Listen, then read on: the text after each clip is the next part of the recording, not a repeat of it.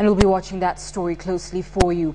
Kenyan war veterans who fought in the Second World War are urging the British government to offer compensation for the effort they put in for their colonial masters. The veterans joined the rest of the Commonwealth in marking Remembrance Day in memory of the military men who died in the First and Second World Wars. KTN's Asha Mwilu reports.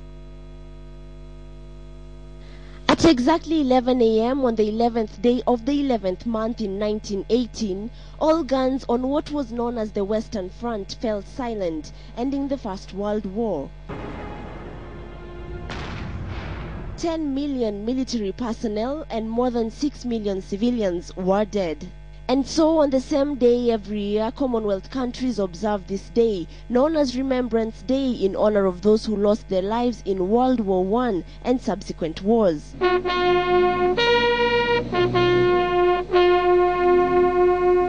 Sunday morning, war veterans who served as askaris and porters in British Carrier Corps assembled at the Askari Monument in Nairobi and later on at the War Cemetery to honor their comrades.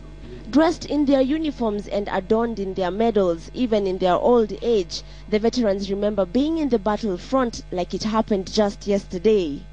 Mimi nilikuwa karane wa Second World War na nilikuwa ndani ya East African Intelligence Corps. Sisi ilikuwa tuandiko kwa kupenda, ilikuwa tunasikwa. Wengine na kimbia. Naingia vichakani, wanasikwa, wanakwenda kufanya tebo, wanakwenda fikana. Kazi yangu ni askari tu. Askari.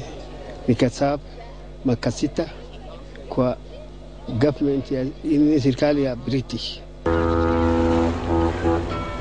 However, decades later, these ex-servicemen who boast of fighting for their countries and colonial masters in the world wars are yet to be compensated. Ambao hakuna kitu tuliona mzuri kwa British.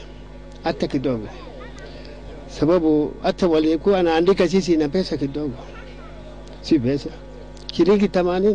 Tungelipenda Waingereza watukumbuke. Kwa sababu Kenya wanakumbuka wa Mau na sisi hatukumbuki. I work very closely with the Legion, British Legion, to ensure that there is support. But I think the important thing about a Day of Remembrance is not a political day. It is not a day when we argue about whose side is on whose side and who is right and who is wrong. It is a day when we respect the dead. On Remembrance Day, the armed forces and defense forces remember those who have died in the line of duty. This year, the Kenya Defense Forces also honored those who died in Somalia in the fight against the Al-Shabaab.